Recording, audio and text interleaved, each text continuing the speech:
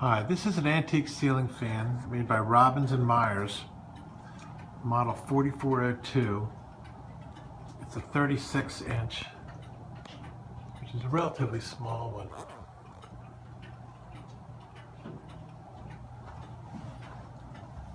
And I just got done restoring it. I took it completely apart.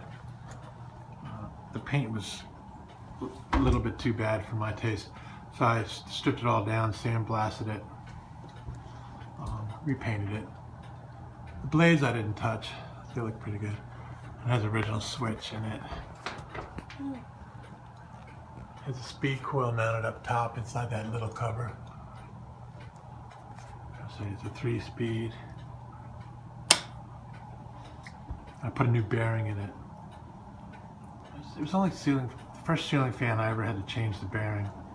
It just had like a little lump in it, probably got dirt in it over the years. There it is. It runs pretty smoothly. I cleaned it out. The main coils were fine. I changed the hookup wire that went in between them. That was high. That was low. A little bit slower. I'll try this medium rather. That was low.